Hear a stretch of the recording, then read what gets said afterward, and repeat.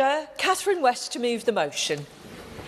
Thank you very much, Dame Siobhan, and it's an honour to serve under your chairmanship, and I'm very grateful to the Backbench Committee for granting this debate, which I requested in October last year, and to colleagues who also joined to speak, who are joining today to speak in the debate and supported the request to the Backbench Committee. We know that whatever your political persuasion, politics at its best is about values, and I came into politics to do everything I could to ensure that every single child in every single family has the best possible start in life. So how do we measure this? How do we track the progress on this fundamental principle that's so crucial to who we are as a society? We know that the cumulative effect of inflation meant that UK food prices rose by a total of 38.6% between November 2020 and 2025. An element of this, of course, linked to energy inputs into food processing. I hope there's a consensus right across the political divide that the most basic indicator of whether every child has the best start in life is whether every single family, whatever their circumstances, can afford decent, nutritious food. Without first turning to this most fundamental of benchmarks, how on earth can we ever begin to think about making sure that every young person has the chance to thrive in school, in work and in life? And surely what we can all agree upon across the political spectrum is that the existence of food banks in 2026 for families is a stain on our conscience. I want to pay tribute to the great work of the Middle Lane Food Bank and all the other food banks in my constituency. Wonderful volunteers, faith groups, charities, local grassroots people doing their best every day to ensure that every family has access to quality, nutritious food. But why are we having to do this?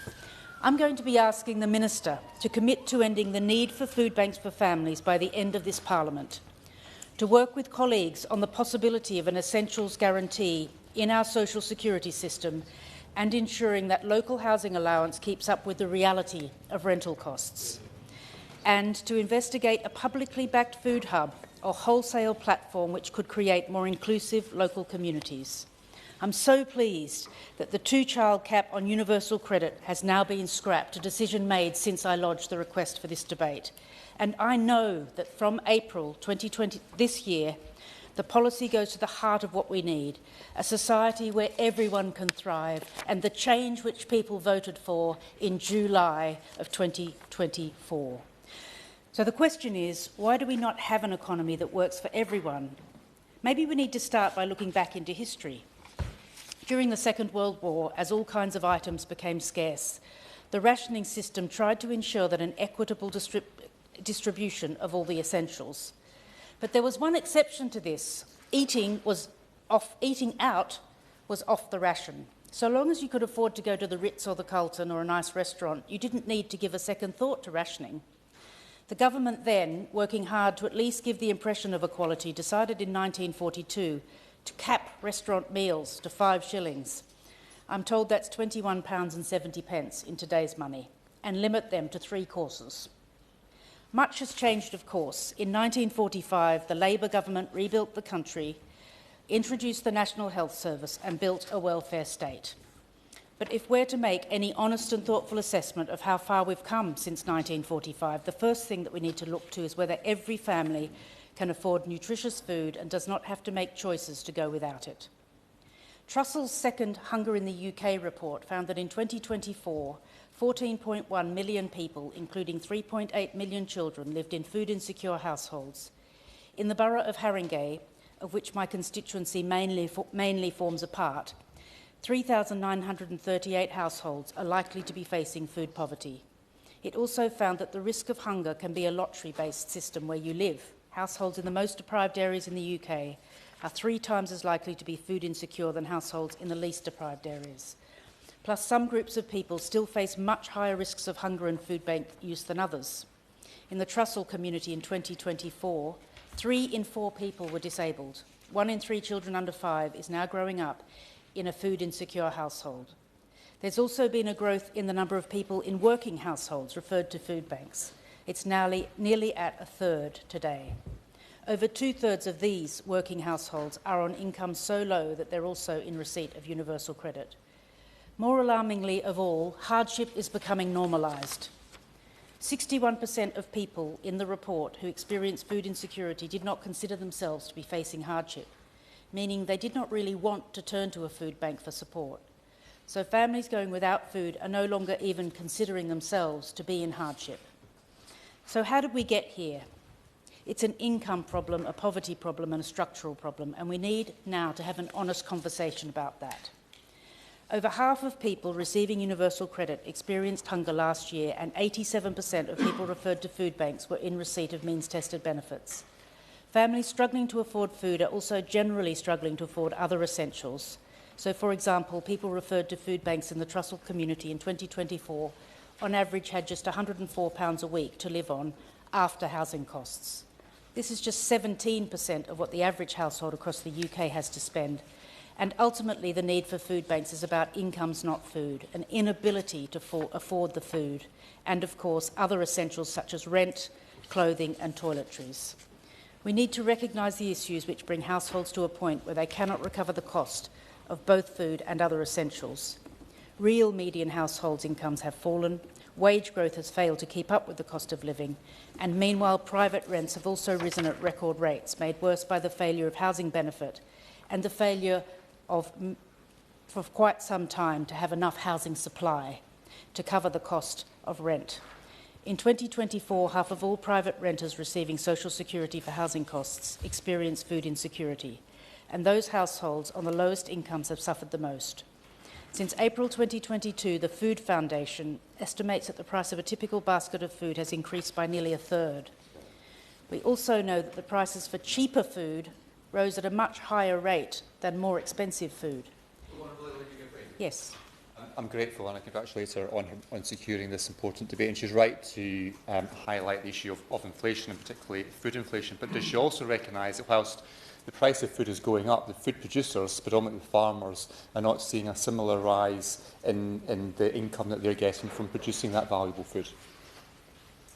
Indeed, if he's a listener to Farming Today, which I listen to in the mornings, he'll know that the price of milk goes up and down, which makes it very hard for dairy farmers to survive. So I do agree that there is something which I'm sure DEFRA has been looking at. I'm grateful to the Honourable Lady for giving me, because she's absolutely right in identifying the structure here. The market is one that's ripe for abuse. You've got 15 behemoth retailers at the top, 210,000 primary producers at the bottom, and it produces a situation where our constituents can't afford to buy the food and the food producers can't make a profit in producing it. So surely what we need to do here is look at that supply chain between the supermarket and the farm gate, work on the excellent work of Baroness Batters and her profitability review, and come forward with a revised food strategy, which we have been promised. I know that the Minister will have much to say on that question, and I look forward to her reply on that. I'm grateful to one of the where I should add a Labour voice to the case for supply and production, and just want to pay tribute to the Newcastle Food Bank in Newcastle Lyme, who do wonderful work particularly at the Congregational Church on King Street. But as the honourable members just intervened on the point of supply and production, it speaks to the importance of the wonderful farmers in Newcastle and Lyme, like the Jones family in Audley and the Williams family in Rhine Hill. We can feed ourselves, but we can only do that if we give support to the farmers in my constituents, those up and down our country. Indeed, and it's wonderful to hear members speaking up on behalf of their constituents, particularly farmers who have received so much. So there's so much more information about farming now than there was before. So back to the point about prices for cheaper foods rising at a much higher rate than more expensive food. Cheapflation means that low-income families lose out. We know that one of the reasons for this is that margins on cheaper food are much tighter, so suppliers cannot absorb rising costs, and households who are already selecting the cheapest varieties have nowhere else to go. We know that UK food inflation is generally higher than our neighbours in Europe. Academic studies have suggested that Brexit has added as much as 8 percentage points to food inflation. This amounted to £6.95 billion extra in food costs from December 2019 to March 2023. Since Brexit, the UK has lost the complex network of agri-food supply chains which we shared with other members of the EU. Of course. I thank the Honourable for giving way. I wonder whether she heard the testimony of Toby Owens, the Managing Director of Broughton Transport Haulage, to the Environment Committee the other day on we might have lost that complex network, but we have gained a mountain of paperwork which is accounting for much of the costs that are incurring to food coming into our country, and the 26 different stamps that he now has to get in order to import food into our country. Does she recognise with me that one of the ways that we can help bring food costs down is to get that SPS deal signed?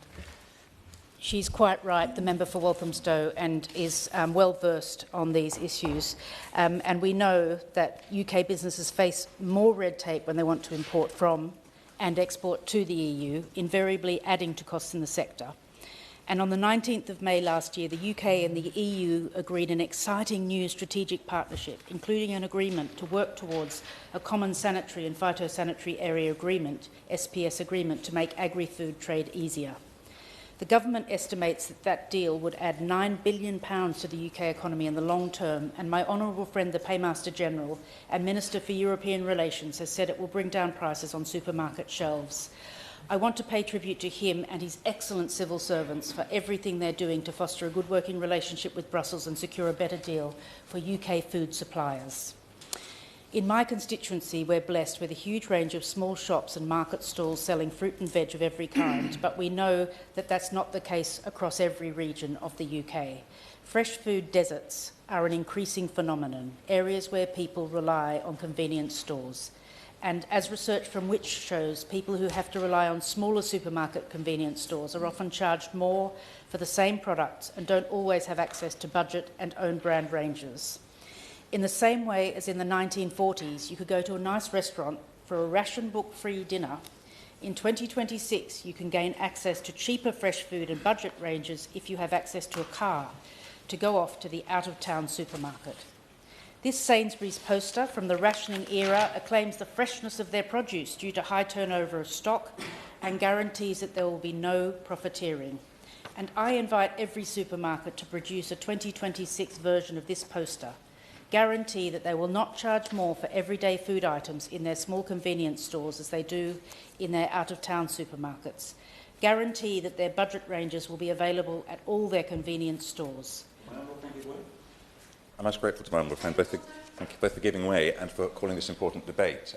At the Health and Social Care Committee, we are currently doing an inquiry into food, and the supermarkets will be coming in shortly to talk to us about how they operate, and we'll have a lot of questions to ask. And it is definitely the case that obesity and nutrition are a particular challenge for people on low incomes. It's more than twice as expensive to buy healthy food as it is to buy cheaper food. And we need, therefore, I think, a cross-government strategy, would she not agree, to bring the price of food into a price range that people who are on lower incomes can afford, and to make sure that it's not just affordable. Good, healthy food is not just affordable everywhere in the country, but it is accessible. And we need government, business and experts to work together on this. The time is now. The problem is very real and needs to be addressed. Well, I thank the member for Chelsea, and I do look forward to reading the report which comes out of his committee. How do we build a future without food banks? Let's look at what's worked. As a former borough leader, I introduced free school meals for all primary school children. It was a great equaliser and social leveller. Children were more focused and made better progress. Families who were just about managing saved money. There was no stigma, everyone sat together, and the people serving the food got the London living wage.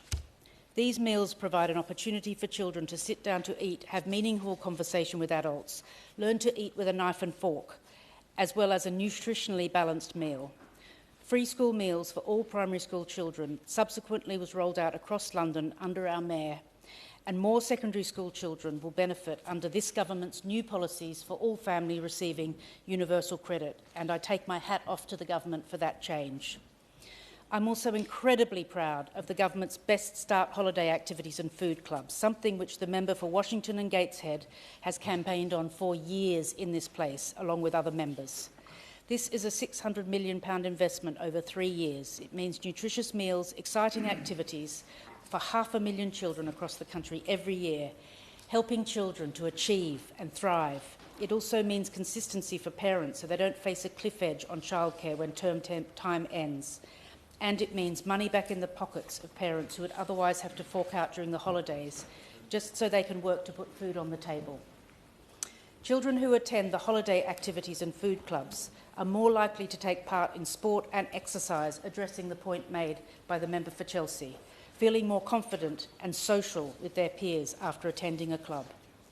Most importantly of all, as I have said, the 2-child cap on universal credit, which has been scrapped, will start making a real difference in April of this year. This will be the most cost-effective way to lift 500,000 children out of poverty, and look forward to supporting their parents at the same time. I'm coming to a conclusion, Dame Siobhan. The Essentials Guarantee, which I would like the Minister to consider, would be embedded in our social security system and widely supporting the principle that at a minimum universal credit should protect households from going without the essential. The experts, Trussell and the Joseph Rowntree Foundation, are calling for an independent process to advise the government on benefit rates. And I'm very aware that as a DEFRA minister, she may well wish for this to be answered by a DWP minister. But it needs to be said again and again, income is one of the key drivers of food bank need. And this independent process to set universal credit could advise the government to ensure that rates are based on need and essential costs. The protected minimum floor in universal credit would provide a safety net below which no one should fall. It would build on the introduction of the fair repayment rate by limiting all universal credit reductions, including from the benefit cap, to 15% below the standard allowance. And it would provide support to households, both in and out of work, and help over 240,000 children. Thirdly, local housing allowance has not kept up with the cost of housing. We know the government is straining every sinew to bring on new, genuinely affordable homes. But as we wait for that reality to unfold, the local housing allowance remains frozen. And over the course of this Parliament, if it remains the case, we know that renters will be about £700 worse off by 2029. 50,000 renters will actually be pulled into poverty. Without re-establishing the link between local housing allowance and actual rents, increasing numbers of people will be forced to turn to food banks as they will simply not be able to pay the rent. So, in conclusion, could I ask the Minister to commit to ending the need for food banks for families by the end of this Parliament? We've made a number of other commitments before the end that we're going to do by the end of the Parliament, for example, immigration. But what's more important than ensuring every family and every child can afford nutritious food? Secondly, could I ask the Minister to work with colleagues across the ministerial teams on the possibility of an essentials guarantee in our social security system? Thirdly, to work with colleagues in the ministerial team to ensure that local housing allowance keeps up with the reality of rental costs in the private sector. Yes. Thank you for that. On Friday, I visited the Coexist Community. Thank you. I visited the Coexist Community Kitchen in my constituency, and that does amazing work getting the community in. It runs cookery classes. It's accessible, affordable, healthy food, and sometimes it's free. And they have quite a lot of people that come on social prescriptions there. Does she agree with me on that issue of cross-departmental working, that we need to look at? It's not just enough for the health service to issue these prescriptions. They need to be supporting community kitchens so that provision is available, and they can do the cookery classes, they can make that food available. So there needs to be some institutional support as well as the prescribing end of it.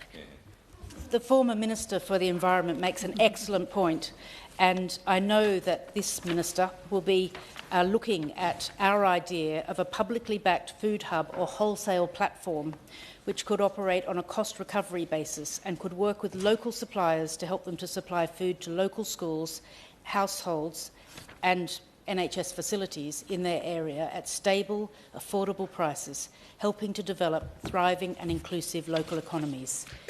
In conclusion, we know from the Bakers, Food and Allied Workers Union, who wrote into me when they heard that this debate was going to happen, to say that many of the workforce, despite being in work, 6 out of 10 of the food workers say their wages are insufficient for them to meet their basic foods, like food and energy, whilst nearly half say they're feeling food insecure, and 3 out of 10 say they don't have enough food to feed themselves and their families.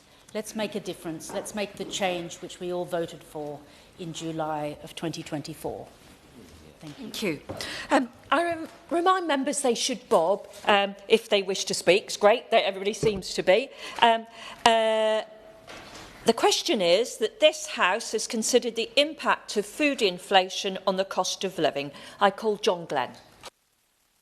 And can I say what a pleasure it is to serve under your chairship, and also what a pleasure it is to serve on the Treasury Select Committee with you and the Honourable Lady who has called this debate. I first got engaged in this subject when, in my first Parliament, when I joined the APPG for Hunger and Food Poverty with the late Frank Field, who taught me a great deal. And we worked together on a cross-party basis to produce a report on hunger and food poverty. I was drawn by the fact that the Trussell Trust was founded in Salisbury by Paddy and Carol Henderson, who were at the time taking food to Bulgaria. And in 2000, the first food bank was opened in Salisbury. And now we see food banks across the country. And I will come on to address what the Honourable Lady from Hornsey and Friend Barnett spoke about. But I also think it's important that we reflect on some of the deeper challenges that exist with food inflation, which is obviously running at a much higher rate than the prevailing level of inflation. And in preparing for this afternoon's debate, I examined those facts carefully and read the briefings from UK Hospitality, the Food and Drink Federation, the NFU and the Trussell Trust, who all provide helpful analysis. And what we see is that over the 5-year period up to August 2025, that food inflation was about 10% higher than the prevailing general level of inflation. And that has had massive impact, as the Honourable Lady set out, for the poorest in our communities who spend a higher proportion of their income on food in different ways. And I think we can all attribute, and I'm sure in this chamber this afternoon, people attribute different weightings to different aspects of it. The international global agricultural prices, disruption to the supply chain after Ukraine was clearly very significant. The Bank of England would assert that domestic labour costs and high pay growth is a very key part of this, particularly in sectors like horticulture, where there is a degree of mechanisation, but you are never going to remove the reliance, and I speak as a son of a horticulturalist, the hard work of people being paid to do a manual job. The Economic Secretary has spoken in a written answer, I think just last week, about the government's intention to set out the food inflation gateway to examine all the different drivers of inflation. And I acknowledge the work that the government are doing, and I'm sure the Minister will follow up on this to reset somewhat the relationship with the EU. Business rates is also a factor, but what we see is if we look across milk, sugar, cheese, flour, some of the most basic staple foodstuffs, we see significant increases over the last 5 years of between 19% for flour up to 56% for sugar, 46% for milk. And we have got to, I think, be honest about all the different regulations and obligations that we put on those that supply our food and prepare food for us in restaurants. Those input cost pressures need carefully weighing against one another. I've mentioned the labour costs and the significant increases in reliance on that in the agricultural sector. The energy cost, our energy costs are 45% higher at this point in time than France and Germany. And in many of the food processing industries, that is a cost that they just cannot avoid. Now, the government will assert that they're on a transformational journey, but until that journey, we've got to that destination, those costs are incredibly high and difficult to bear. Now, for many in the chamber and across the House, animal welfare is an important issue. And if you look at the way that farming works, you will see that actually there's a lower density of poultry and beef, which leads to different costs for producing some of those things. And we want to have it all. We want to have the extended producer responsibility, a whole life cycle responsibility for packaging. And when you take all of these things together simultaneously within the 5-year period where we've had global disruption, you therefore see a very, very worrying outcome. And of course, it would be remiss not to mention climate change and the impact that's had on crops such as coffee, cocoa and palm oil, where they're grown. But the net effect of this is that food is too expensive. And for the most vulnerable and the poorest in our communities, that has really, really difficult consequences. And it is a massive part of our economy. If we UK hospitality, which covers, I think, 123,000 venues, 10% of all UK jobs, generates 54 billion in tax receipts. So the changes that we make on the input costs for this sector is absolutely enormous. And I suppose my reflection is that we've got to be honest about which bits of those we are prepared to prioritise and which bits we can't afford to do at this immediate point in time, because it will have an impact. But I wanted to just make a few observations about food poverty, because when I think of Maria Stevenson, who manages the Salisbury Food Bank, used to be a Trussell Food Bank, is now an independent food bank, and I visited her just last week.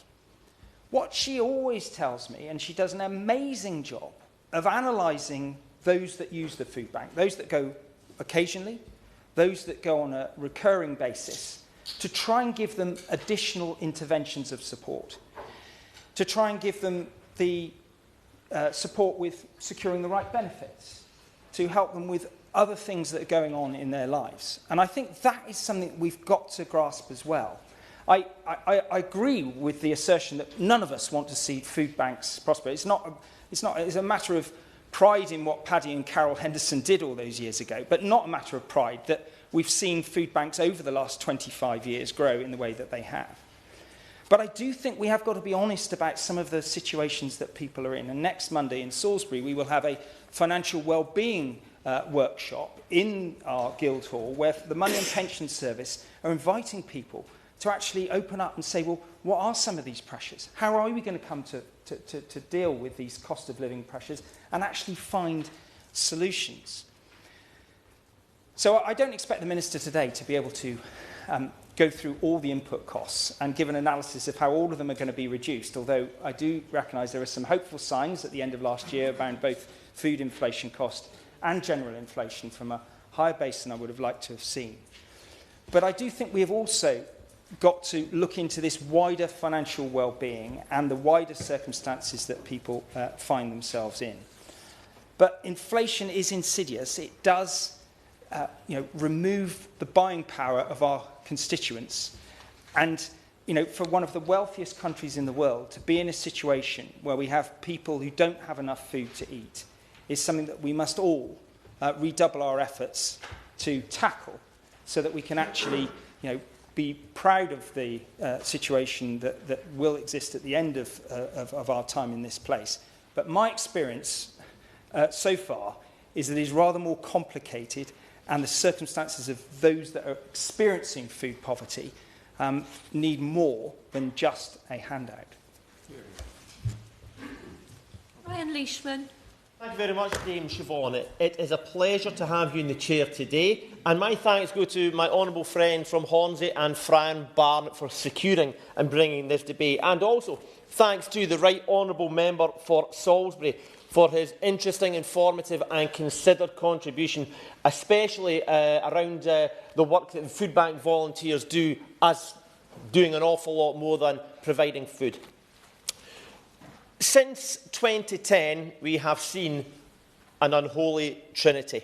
First came the cruel and wicked ideology of austerity, which impoverished communities from all 4 nations of the United Kingdom. Political decisions designed to create the inequality that ravaged communities up and down the country so severely. Academics at the University of Glasgow have therefore linked it to hundreds of excess deaths. Then we had a global pandemic, which increased further the wealth inequality from the years of that crippling austerity. The few got richer and accumulated more assets at the expense of the many. And finally, we are still very much in the grip of a manufactured economic disaster, which has seen supermarkets and other corporations like energy companies make incredible profits off the backs of ordinary people who are just looking to get by.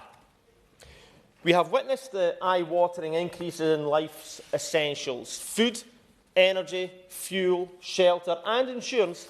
At the same time, wages in real terms have fallen for most of us. This obscene reality has been neatly packaged and labelled as the cost of living crisis. And that phrase has now entered everyday language. Millions of people struggling has become accepted, normalised, part of life. But for the millions in this position, describing it as living is wholly inaccurate. Having to choose between heating and eating is no life. It is a battle to merely exist. I know this because I've been in a similar position. Years ago, I had to tell my young son that he should have his tea on his own just now because Dad's not hungry. I'll have something after once you go to bed. But the truth was that we couldn't afford to eat. We went without so he could eat and have a meal. And those are the circumstances for hundreds of thousands of Scots today, right now. Hunger and hardship are on the rise. According to recent research from the Trussell Trust, over 1 million Scots went hungry due to a lack of money to buy food. This included over 200,000 children. And this winter, Trussell Trust food banks expect to provide an emergency food parcel every 10 seconds, a 40% increase over the winter period compared to 5 years ago. And increasing food bank use has been a long-term trend. Over 14 million people, including 3.8 million children, live in food-insecure households. And true to form, for a country of gross inequality that we are, there is a gulf in the risk of hunger depending on where you live in the UK. Households in the most deprived areas are 3 times more likely to be food insecure than households in the least deprived areas. 3 in 4 people referred to food banks under the Trussell umbrella are disabled, and 1 in 3 children under 5 years old are growing up in food insecure households.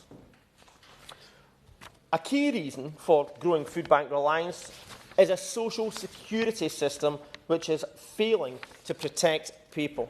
The heightened cost of living has the largest impact on those with no savings, people already in debt or arrears, or those people on universal credit.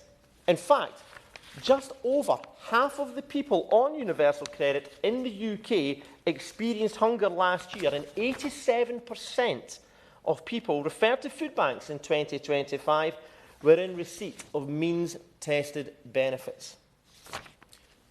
But people on low wages are also impacted. Dame Siobhan, I am 43 years old, and when I was at school, if one of my peers were living in poverty, then it was probably because their parents were unemployed. But nowadays, 30% of people referred to the Trussell Trust are working. Under a right-wing government, the 2010s were a decade of wage suppression and wage stagnation. With austerity, wealth accumulation and cost of living pressures, we have seen working people being plunged into deprivation. And politicians have allowed this to happen. Relentless campaigning by civil society outside this place and inside this place by myself and other Labour MPs influenced the government to abolish the biggest driver of hunger and hardship, the 2-child cap. By removing this wicked policy, Labour have lifted just under 500,000 kids out of poverty and hardship. Actions like this are why I joined the Labour Party and why I remain in it today. But this must only be the start, because we know that food bank use is rising, and my party needs to be far bolder and more ambitious now that we are in power. Because make no mistake, the country needs us to be. Now, a measurement of what kind of country we live in is how our social security system functions and whether it properly looks after disadvantaged and the most vulnerable people in our society. We need in government to work with charities, third sector and community organisations who are heroically supporting people across the country struggling to eat and make ends meet. We must introduce a new programme like the Essentials Guarantee that would embed in our social security system the fundamental principle that universal credit should protect people from going without the essentials of food, heating and toiletries. Giving people a right to food should be part of this. We must ensure that people can eat and their children are not going hungry. That's why I am fully behind my colleague, my honourable friend from Liverpool West Derby and his campaign to introduce a right to food law, and why I will be helping support his Right to Food Commission when it comes to Scotland to take evidence in May later this year.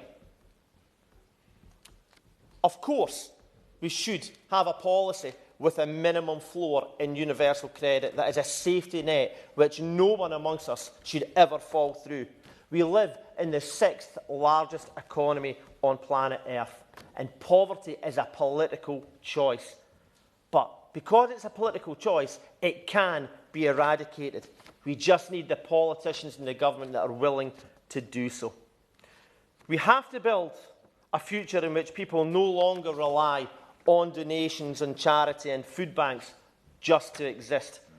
Start by implementing an essentials guarantee so that the basic rate of UC actually covers life's essentials. Now, that could be a Britain that we're all proud of. And could I just say to members that in order to get everybody in, I will be asking you to do a discretionary 5-minute limit on speeches. I call Katie Lamb. Thank you, Dame Siobhan. As ever, it is a pleasure to serve with you in the chair. And thank you to the Honourable Member for Hornsey and Free and Barnet for securing this debate today.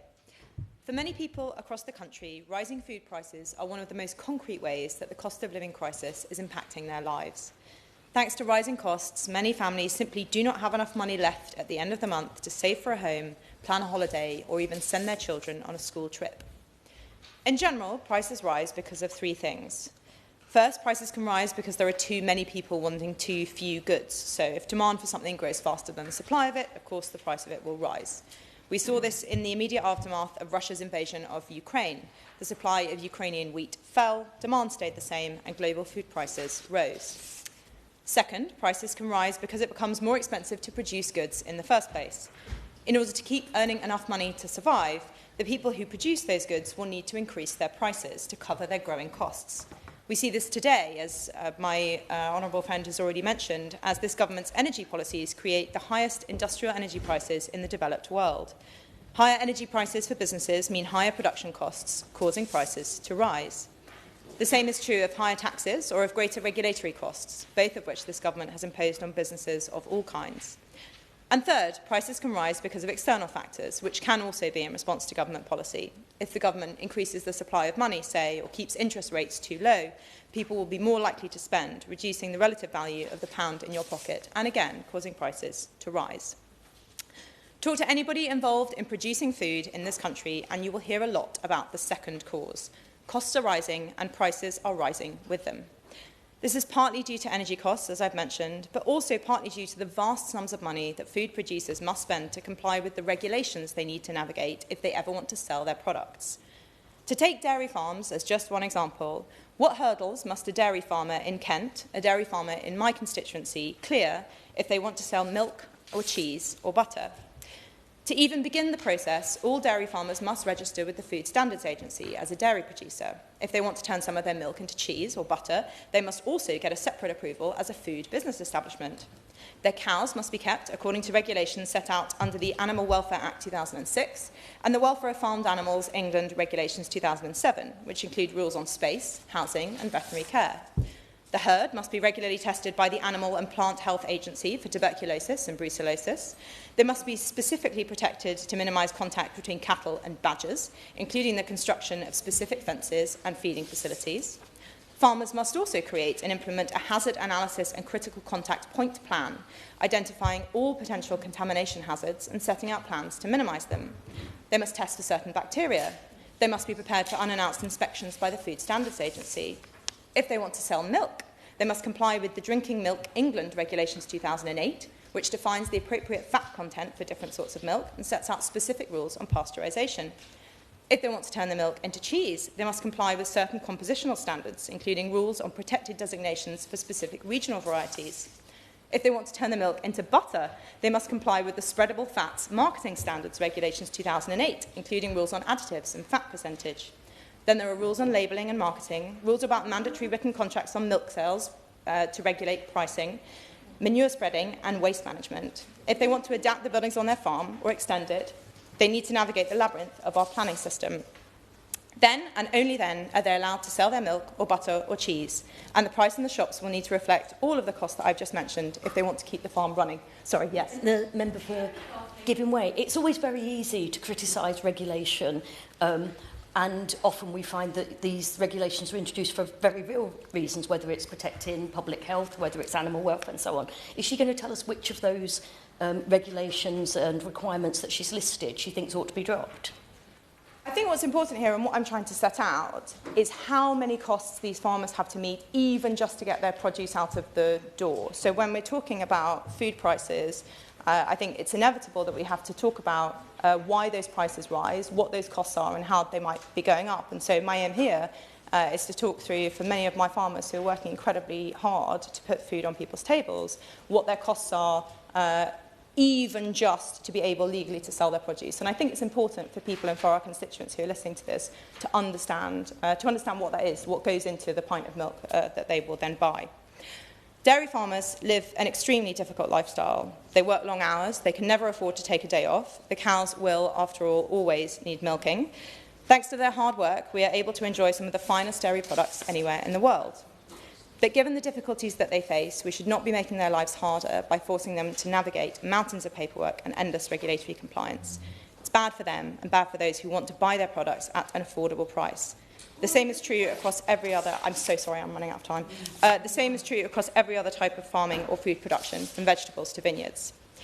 So for the sake of those who put food on our plates and for the sake of families working hard to make ends meet, will the Minister, who I notice is wearing our favourite suit jacket again today, as am I, please explain... please explain what steps this government is taking to reduce costs for food producers and in turn for producers across this country.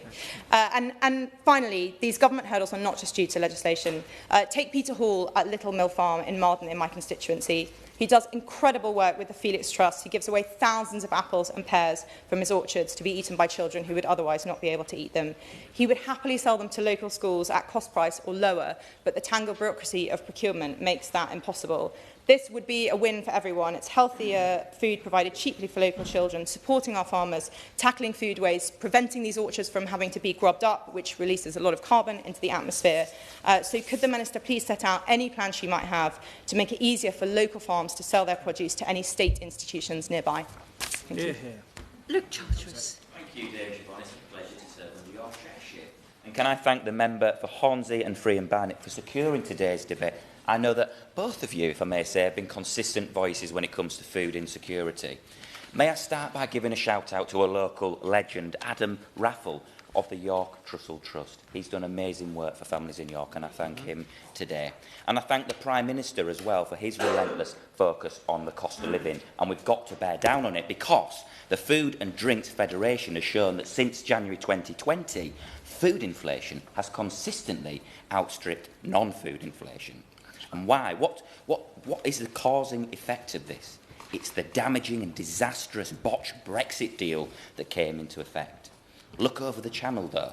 Our European neighbours, to be fair, have faced rising food costs as well, but nowhere near as sharply. UK food inflation peaked at nearly 20% year-on-year in 2023, under the party's opposite watch, while countries like Germany and France actually peaked lower and returned to normal much faster. The UK is worse off, and that tells us something. We've got to work more closely with our European friends. And I know that the PM recently said we should consider closer alignment with the single market if it's in the national interest. And when it comes to food price inflation, I think the answer is a resounding yes. And while Reform and the Tories want to shout at Brussels, that's not going to pay people's weekly food shop. An SPS agreement and closer alignment would strip out so much red tape, checks and extra delays, fewer inspections, mutually recognised standards, less time stuck at the border, lower costs for hauliers, fewer spoiled loads. All of these savings could be passed on to the hard-working families of this country. And can I touch on my son Robin's? His favourite food item is, of course, as any toddler would know, the Freddo frog. And the Freddo Index is a famous one, showing that since when I was born in 1995, believe it or not, there's been a 260% increase in the cost of the treasured Freddo. But we know there's also a phenomenon called shrinkflation. And a few weeks ago, many of us were gathered around the tree with our families, enjoying a tub of chockies at the same time.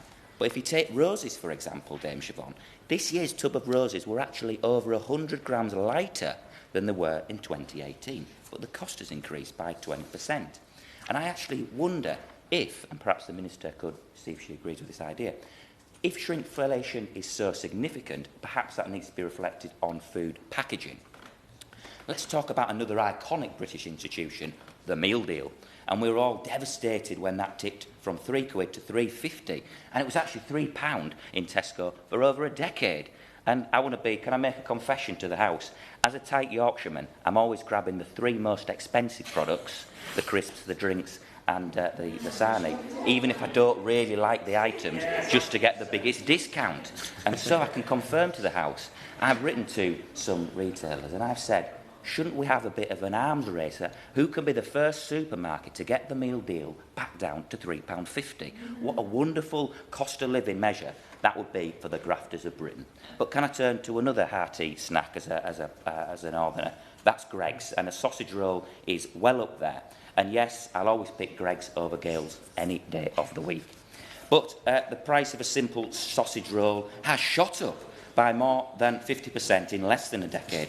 Something's not quite right there. It's gone up 53% since 2016. I wonder what happened that year, actually.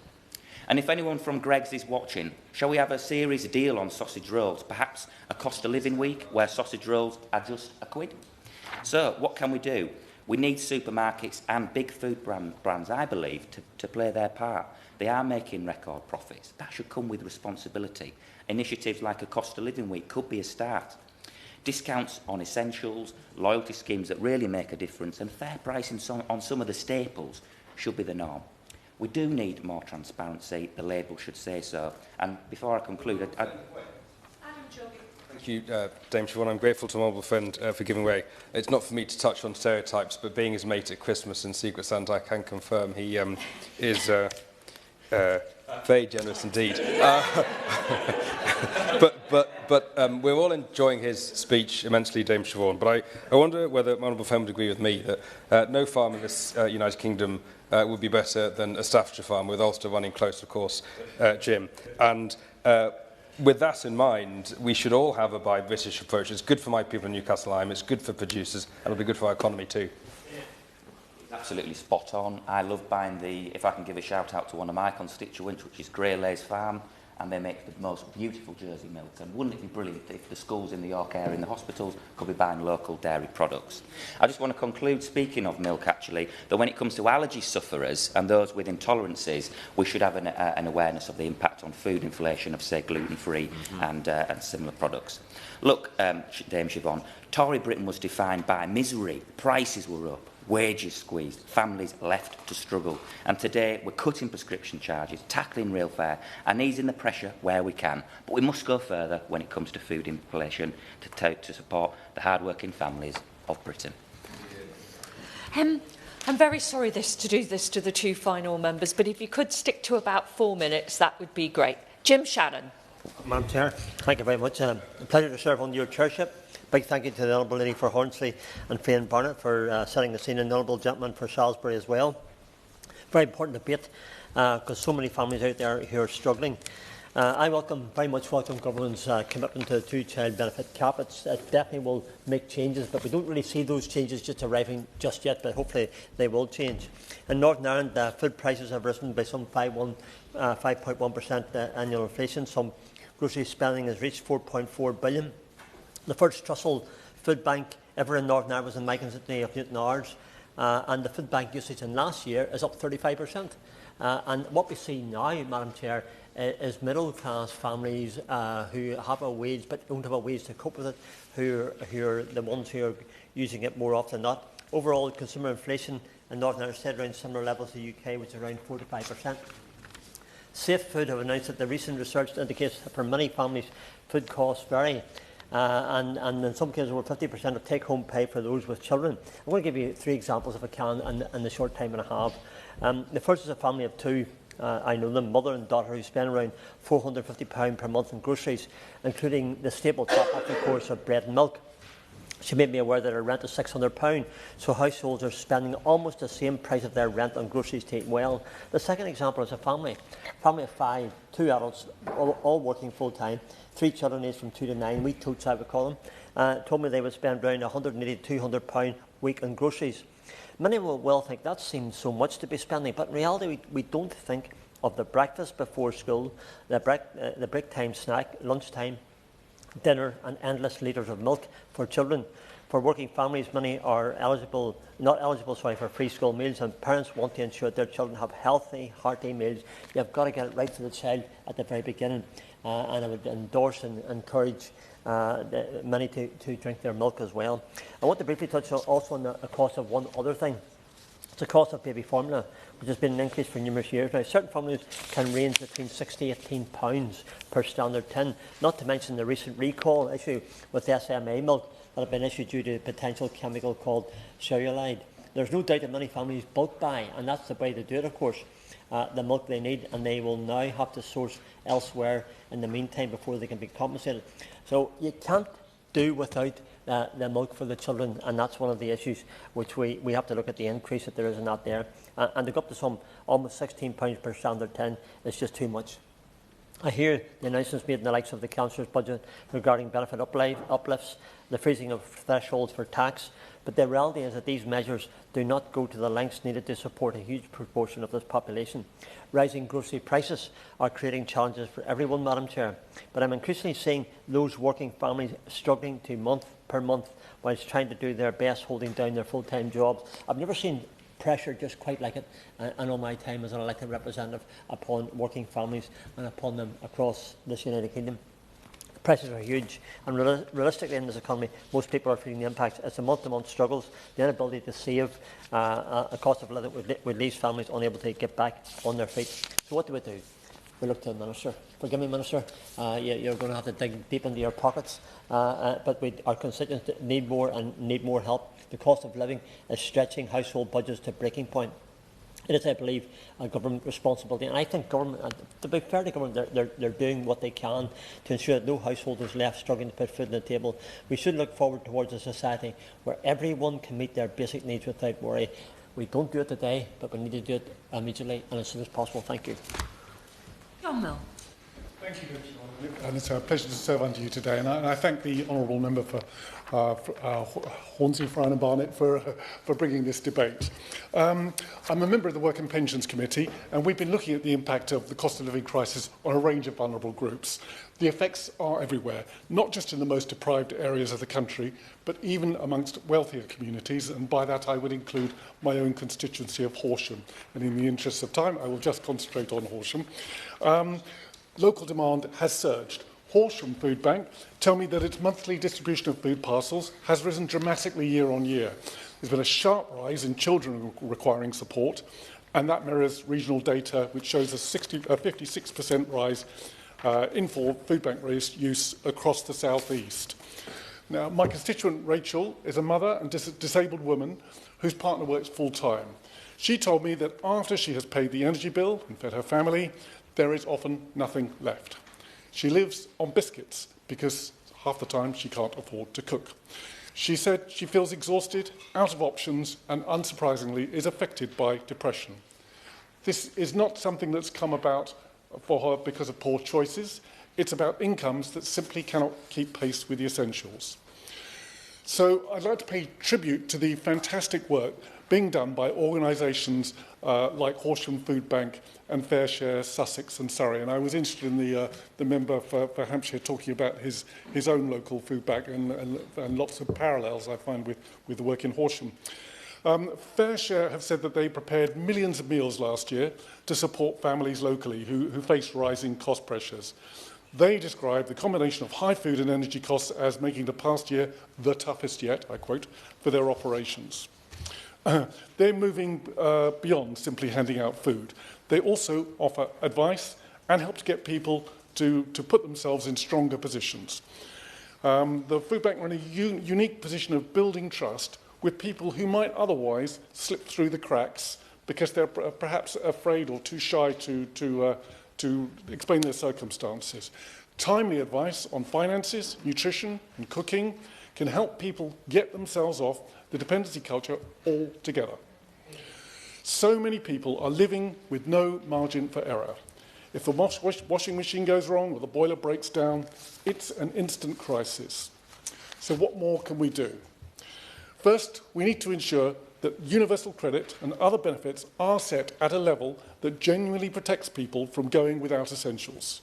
Research by the Joseph Rowntree Foundation shows that current benefits still fall short of the real cost of living by £28, with shortfalls that push families into hardship. An essentials guarantee, as mentioned by some previous speakers, inside our social security system would mean that no one should fall below a floor which they cannot afford, where they cannot afford food and heat. To make this lasting and fair, we need an independent process to set benefit levels, drawing on evidence, including lived experience, rather than leaving them to annual discretionary decisions. This is something many experts and organisations now call for, as a sensible way to depoliticise rates and anchor them to actual costs. Second, we can cut the cost of food without even spending a penny. LSE research shows that Brexit added billions onto household bills. It cost individual households over £200 a year on average, and saw price hikes on basic essentials such as meat and cheese and many others that members have mentioned. Liberal Democrats have long argued that maintaining a customs arrangement with our closest trading partners can help reduce unnecessary costs on imported food that end up in people's shopping baskets while still protecting good British farming. And finally, local action matters too. Devolution and targeted investment in local food infrastructure can link farms with food charities and community kitchens, create jobs and build resilience without making charity a default safety net. David Siobhan, food banks, like those run by Horsham Matters, are working towards the best result possible, making themselves unnecessary. Let's give them a helping hand. Thank you. Danny Chambers, Lib Dem spokesperson. Thank you, Dame Siobhan, and I commend the Honourable Member for securing this hugely important debate, because I think that the cost of living, and in particular food prices, is one of the single biggest issues I get contacted about, or certainly when I'm speaking to constituents.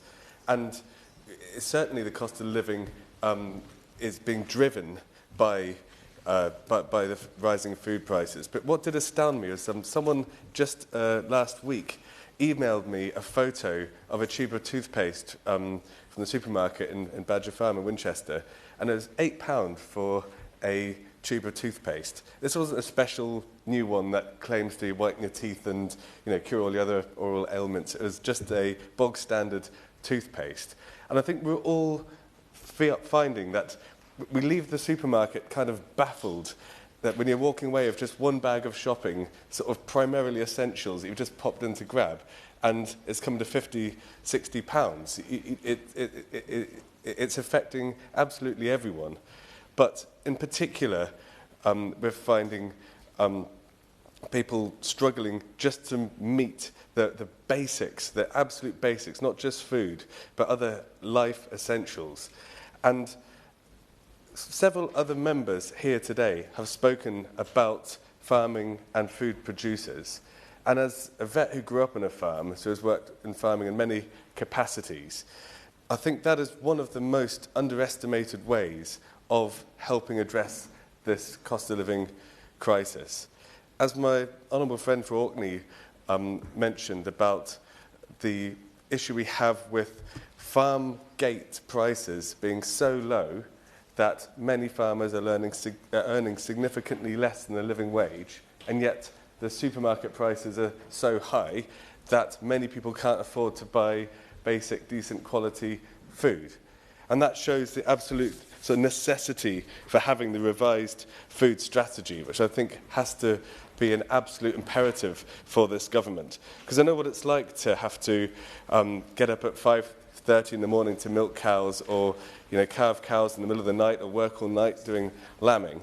And farmers work all these hours in all weathers, but then often the income at the end of the year isn't related to the amount of work they put in, because it can be affected by factors completely out of their control. It could be a disease outbreak, a trade deal, a weather event. And that frustration of not getting rewarded for the amount of effort and time and energy you put in is making many long-term futures in farming unsustainable, and they need a huge amount of support. And I think especially now, when we have a very volatile geopolitical situation where food security is part of our national security, we have 45% of our food being imported. It's more important now than ever to have this as a key component of our national resilience. But when we are desperate to have food that is more affordable, we also have to be very mindful that signing trade deals with the USA that would undercut our farmers when it comes to welfare standards, to environmental standards, and to sort of basic public health standards would be hugely detrimental. We don't want food like chicken that's been washed in chlorine. We don't want hormone-treated beef. We don't want eggs that have been produced by battery hens. It would be bad for British farming. It would be bad for animal welfare, and it would be bad for public health of the antibiotic use. So I urge the government to ensure this is enshrined in any trade deals, that these will be protected. But just to finish, Dame Siobhan, I want to pay tribute to the food banks in Winchester. I've visited them on more than one occasion, and we've got the Winchester Basics Bank, we've got the food pantry in Unit 12. There's a huge team of staff and volunteers, over 80, that I want to thank for all their work, because they're extremely busy at the moment, and all the community and faith groups that support them as well, and the churches. But we can take a step back, and despite all our economic troubles, we are one of the wealthiest nations on the planet. And we can be a nation where an honest day's work pays a living wage, and no one with a full-time job should be going to food banks to feed their children. And we can be a nation where no child is ever going to school hungry. And these are choices we have to make, and they're urgent choices, and we have to address them as soon as we can. Can I call the opposition spokesperson? Thank you very much, Dame Siobhan. And can I say it's a pleasure to serve under your chairmanship. And can I also thank the member for Hornsey and Friern Barnet for securing this really important debate. And I think throughout this debate we've had real valuable contributions from members raising concerns quite rightly on behalf of their constituents. Because we all know that food inflation significantly impacts the costs of living by eroding household purchasing power. And of course, disproportionately affects those on the low-income household and their families, and leads to food insecurity within those households. And in November 2025, just last year, 61% of adults in Great Britain reported an increase in their cost of living compared to the previous month, which much of the reasoning being linked to those food inflation prices. And I just want to, as members across the House have said, and thanked those that are going out of their way in their own constituencies to support those that need that extra little bit of support, not only with advice, but also through operating food banks and providing comfort and support. And Imogen and her team at the Salvation Army in Keighley, who I've met many a time, do fantastic work in helping those families, not only in Keighley, but across the wider Worth Valley area in my own constituency. So I'd like to particularly pay tribute to her and her team. Frank, wait. I will. I I'm grateful. I mean, during this debate, there's been much discussion around food banks. I think it's important we also recognise food larders. I've got a number in my constituency which are where large shops and supermarkets donate their food at the end of the day or before the sell-by date, and ensures that food waste is not minimalised and people are able to access low-cost or indeed free food, which they would otherwise have to pay for.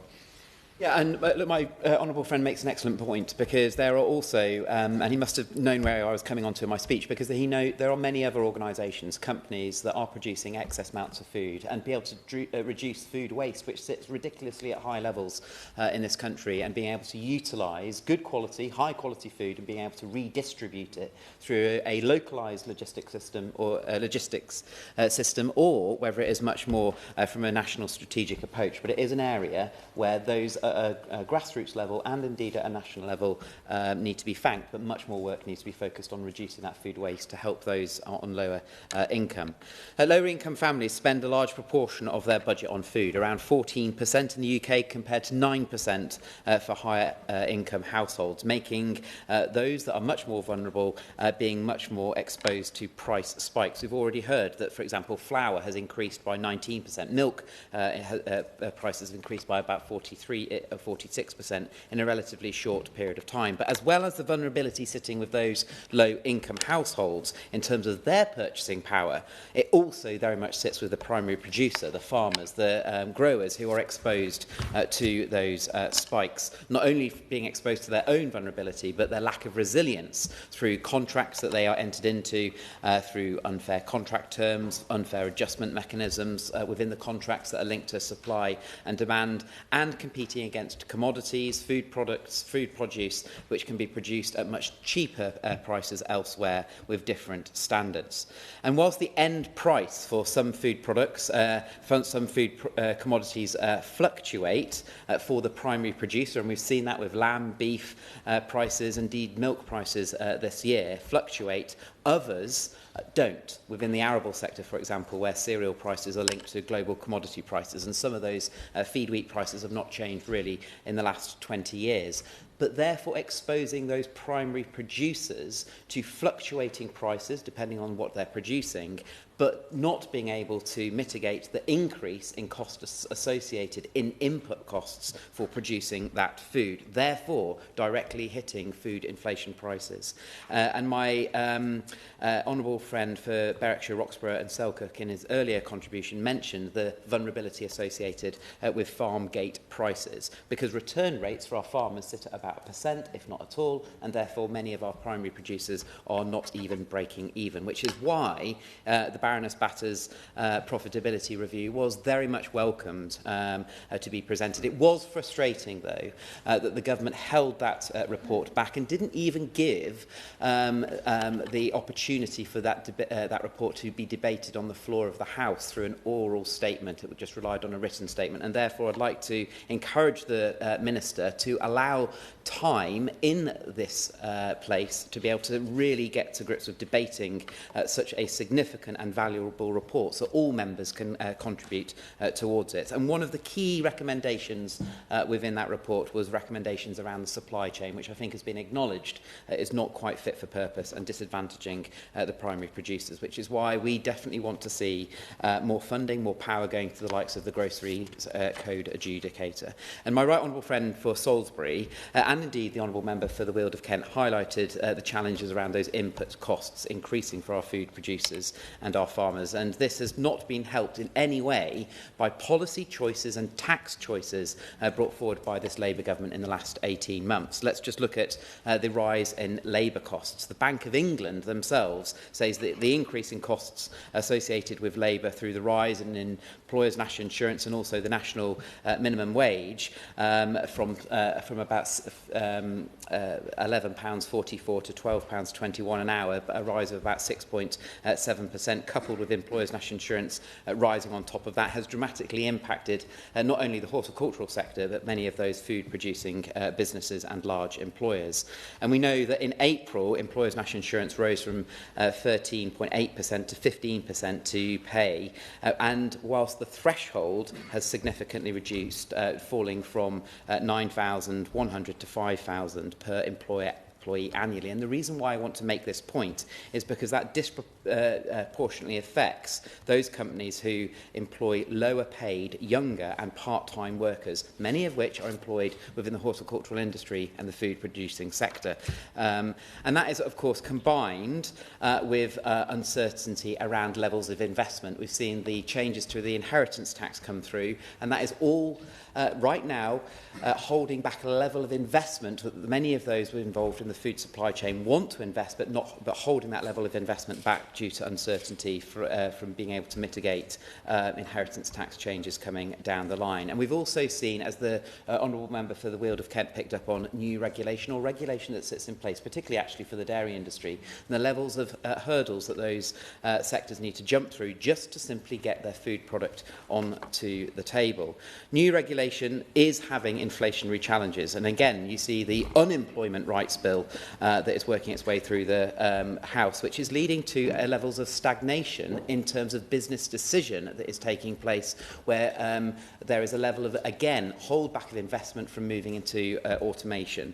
And again, I, like I'm sure many other members in this House, are being contacted by many employers that are now not willing to take the risk on employing people because of the challenges associated with the Employment Rights Bill. And dare I say, many of those are young people, and indeed those with special educational needs or learning challenges that want to get their first step on the employment ladder, but many of those businesses holding back, therefore leading to inflationary challenges. And then, of course, there is the extended producer responsibility tax, which, again, has been recognised not only by the British Retail Consortium, but also the Food and Drink Federation, which is having an inflationary challenge on our food sector, estimated to be about £1.4 billion, which will be passed on to consumers by those supermarkets. Indeed, the British Retail Consortium believes that 80% of those EPR costs will be passed on to consumers, which will, of course, lead to higher food prices. And then, of course, there is the energy prices that are increasing, and, of course, there is the levels of funding that has been taken away from our primary producers, our farmers, such as de-linked payments dramatically reducing within a short period of time to £600 as an annual payment, where they would have been previously receiving much more just 2 years ago, and then challenges with the fertiliser tax, the sustainable farming incentive. The point being, this just adds to the inflationary challenges associated with food products, food prices, which is all hitting predominantly those on the lowest incomes. So I would like to ask the Minister what not only the Department for Environment, Food and Rural Affairs will be doing, but what conversations will they be having with the wider government departments. Because it's fine having a food security strategy, but if that does not sit at the heart of government making, then it's for the birds. Because the reality of it is, if it only sits under a Secretary of State that has responsibility for food, but is not bought into by the likes of the Chancellor and those that are making those fiscal adjustments, it is not going to have the positive impact that it needs. And we've seen that from the last 2 budgets that have come out from this Labour government. And I also would like to understand from the Minister what recommendations will she be taking forward at speed, not only just the few that has been announced from the Baroness Batter's profitability review, but what measures will her and her department be taking forward at speed that specifically addresses food inflation challenges, gives a fairer level of reassurance for our farmers that farm gate prices will increase and our farmers get what they deserve for the primary product that they are producing, but ultimately that it will help those on the lowest cost of living across all our constituencies. Call the Minister. Thank you very much, Dame Siobhan. It's a great pleasure to serve under your excellent chairmanship of this chamber today, and I too enjoyed being a member of the Treasury Select Committee, as did the Right Honourable Member, or does the Right Honourable Member for Salisbury, to which you always make a trenchant and relevant contribution. I'd also like to congratulate my friend, the Honourable Member for Hornsey and Free and Barnet, for being successful in achieving this debate. I think she's on the Treasury Select Committee as well. There seems to be a sort of preponderance of current or ex-Treasury Select Committee members in this place, which perhaps points out that the issue before us, food inflation, is, as I think anyone who's listened with an open mind to all of the excellent contributions that we've had in this debate today will realise there's quite a complex issue, and there isn't a single cause of the fact that in the UK food inflation has for the last period been running above CPI, usually about 1% above CPI inflation rates, and many members on all sides of the House have talked about the effect that has had on their constituents, and indeed I think that the debate reflects the real concerns about food inflation and cost of living pressures which are affecting millions of households across our country.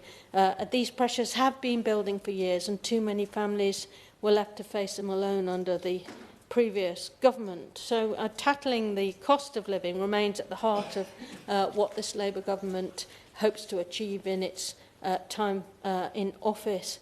Food poverty isn't an abstract issue, as many of us who go and visit the food banks in our own constituencies know only too well, and nor is food insecurity, which now touches over 14 million people in our country. Not a small number, a very sobering number when one thinks about it.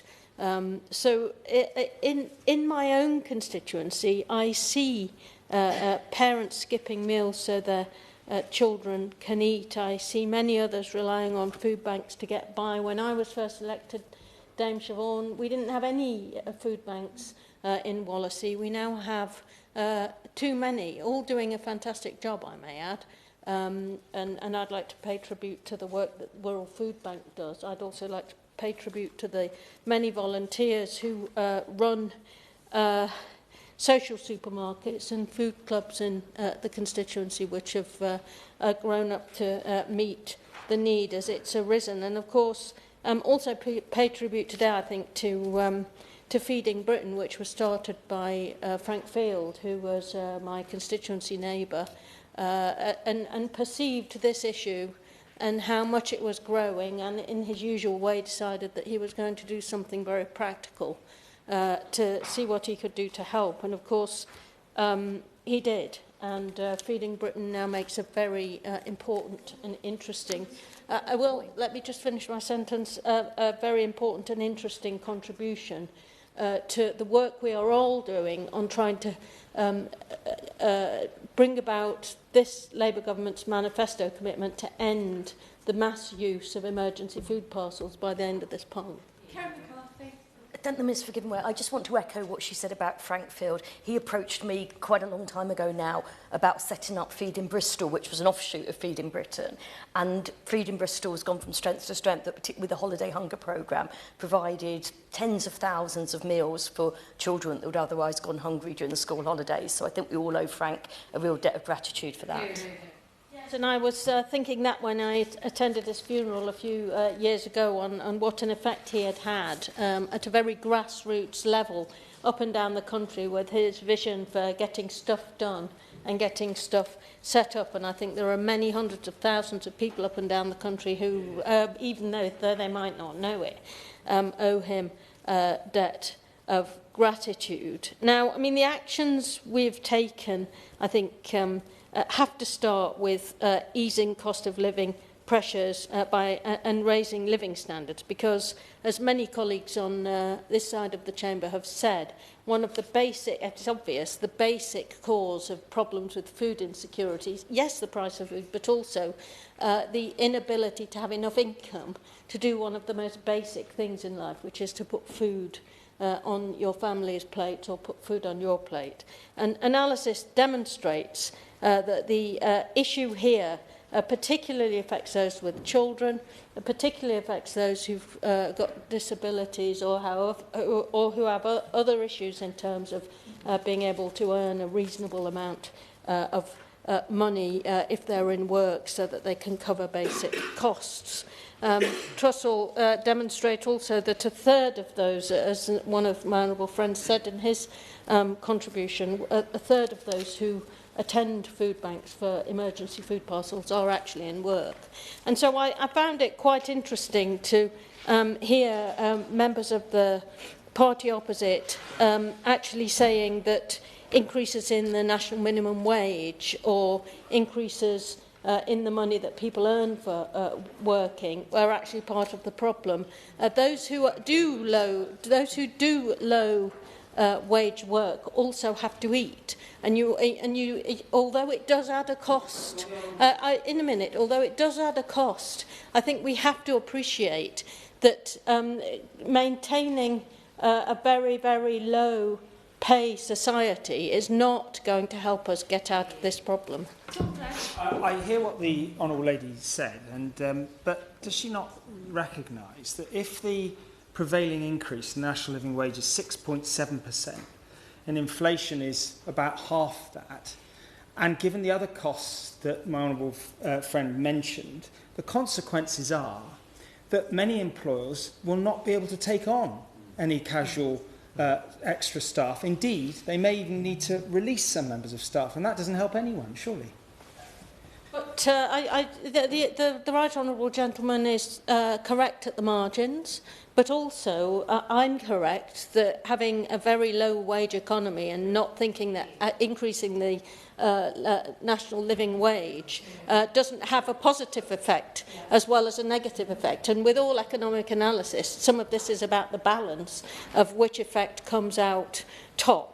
And we've tried many years with chronic low pay and very few rights at work. So we're now going to try it a bit different. We think that people, on this side of the House, we think that people deserve a living wage for doing a full-time job. And some of that is about how we will get out of this situation. Now, Dame Siobhan, the government's taking a strategic joined-up approach to tackling the cost of food to build a more resilient and fairer food system for the long term.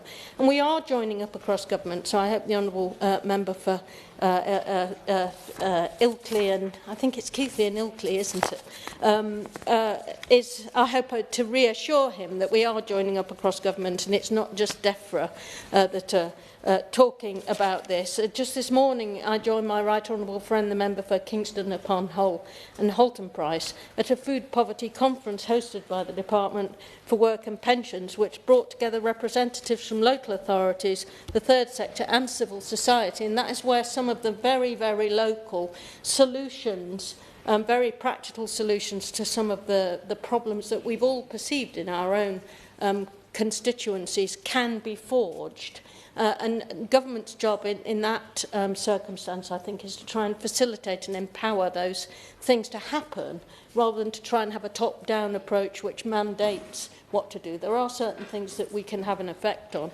There are others that we need to use empowerment to try to bring about. So we are working together across government to tackle this issue head-on. That includes the child poverty strategy to boost family incomes and cut essential costs.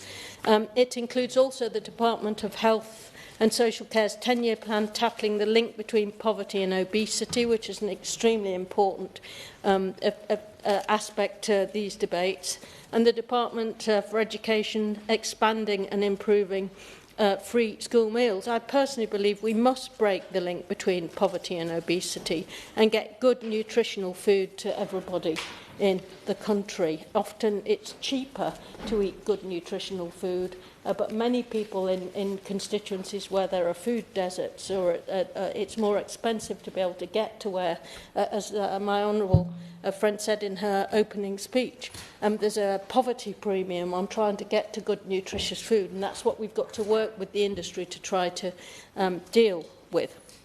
We're coordinating across government to deliver real change and breaking the cycle of sticking plaster politics which preceded us. So from April, the value of Healthy Start will increase by 10%. So for pregnant women and children aged 1 to 4, the weekly value for Healthy Start increases from £4.25 to £4.65, and from £8.50 to £9.30 for children under 1.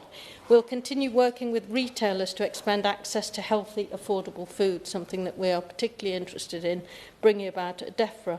The expansion of free school meals will benefit around 500,000 more pupils and save families up to £495 per child per year, and lift around 100,000 children out of relative poverty.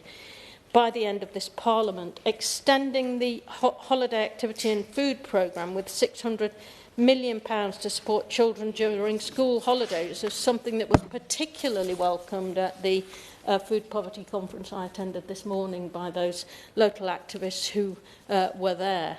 Our free breakfast clubs will be rolled out nationally, starting with 750 schools and ensuring no child starts the day hungry for food. And I myself have visited some of these breakfast clubs in my own constituency, and to see children eating, playing naturally and being ready to learn as school starts is a real boost. In DEFRA, we're introducing the Food Inflation Gateway to ensure the impact of regulation, and members opposite have been through some of the issues they worry about with respect to that, none at greater length than the Honourable Lady. But the Food Inflation Gateway is there to try and ensure that the impact of regulation on food prices is properly assessed before implementation and is cumulatively looked at. Together, these actions are preventing a kind of chaotic, unsequenced policy making that characterised a lot of the chaos of our predecessor governments.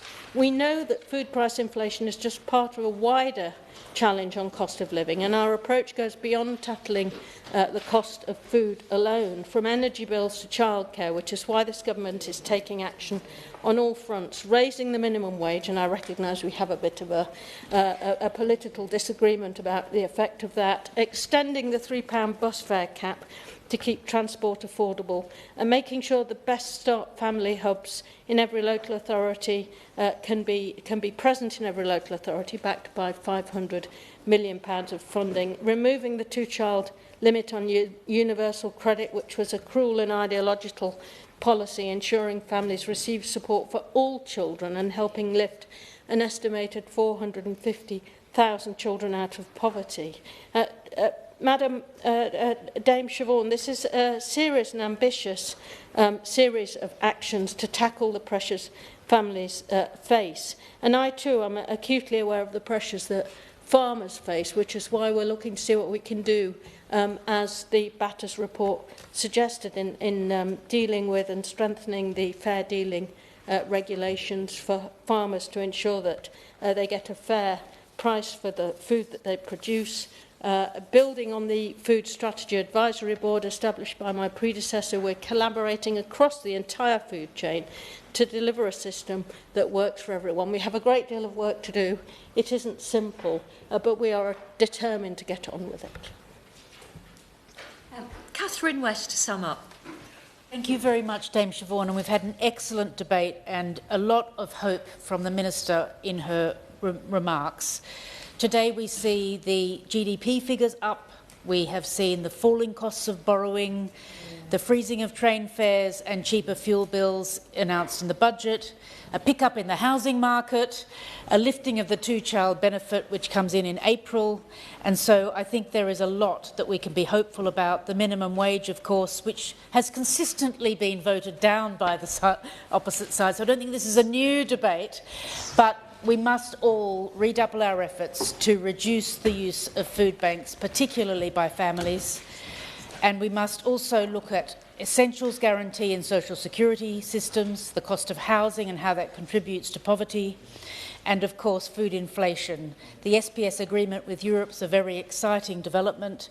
We want supermarkets to pledge to stock budget ranges in their convenience stores, and also we would like DEFRA to continue to publicly back the Food Hub and Wholesale platform to develop thriving, local, inclusive economies. Dame Siobhan, we have so much to do ahead of us. We're getting there, and with the excellent work of ministers, together with thoughtful backbench contributions from us, I'm sure that we will by the end of the Parliament. Thank you very much. The question is that the House has considered the impact of food inflations on the cost of living. As many of that opinion say aye. Aye. Of the contrary, no. I think the ayes have it. The ayes have it. Order, order. The sitting is suspended until 3.